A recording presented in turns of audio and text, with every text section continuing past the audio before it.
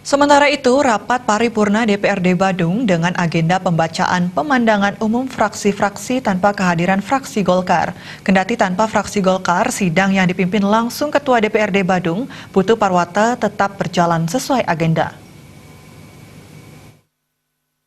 Ketua DPRD Badung, Putu Parwata, menganggap keputusan yang akan tercapai adalah quorum karena dari 40 anggota dewan yang hadir rapat sebanyak 27 orang, namun yang menandatangani absen sebanyak 25 orang hingga rapat selesai. Rapat paripurna DPRD Badung dengan agenda pembacaan pemandangan umum fraksi-fraksi terhadap 9 ranperda tetap berjalan sesuai agenda 3 fraksi di DPRD Kabupaten Badung. 9 ranperda yakni Raperda tentang pertanggungjawaban pelaksanaan APBD Kabupaten Badung tahun anggaran 2017, Ranperda Kebijakan Umum Perusahaan APBD Kabupaten Badung tahun anggaran 2018, Ranperda Prioritas dan Plafon Anggaran Sementara Perubahan APBD 2018, serta Ranperda tentang perubahan atas Perda nomor 13 tahun 2017 tentang APBD Kabupaten Badung tahun anggaran 2018.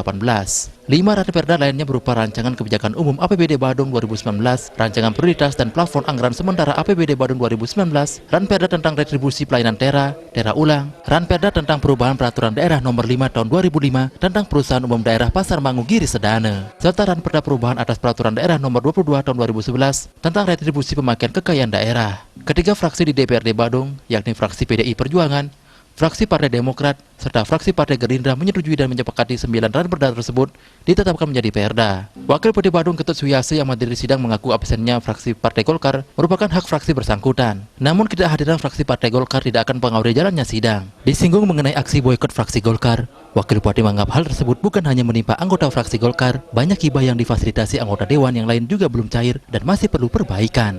Saya rasa itu adalah masalah prosedur dan sistem saja, ya. Ketika itu sudah selesai benar dengan persyaratan, prosedur sudah berjalan, saya rasa itu tidak ada hambatan semacam itu, ya. Kenyataannya memang banyak masih teman hibah-hibah dari manapun munculnya itu. Masih banyak yang belum memenuhi persyaratan secara material, secara kelengkapan, dan sebagainya. Tentu ada revisi-revisi. Di balik juga adanya satu aturan yang harus disesuaikan juga dengan aturan yang baru sekarang. Sementara Ketua DPRD Badung, Putu Parwata, dan Wakil Ketua DPRD Badung, Made Sunardi, mengatakan absennya Golkar tidak mempengaruhi jalannya paripurna.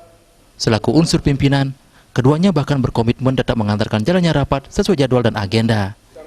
Pimpinan Dewan bahkan tetap memberi kesempatan kepada fraksi Golkar untuk membacakan pandangan umum fraksinya, dan jika tidak menggunakan haknya, itu menjadi persoalan lain. Karena tidak ada surat resmi kepada lembaga, ya kami tetap memberikan kesempatan untuk menyampaikan pandangan fraksinya. Tapi secara realitas fraksi Golkar tidak menyampaikan pandangan umum fraksinya.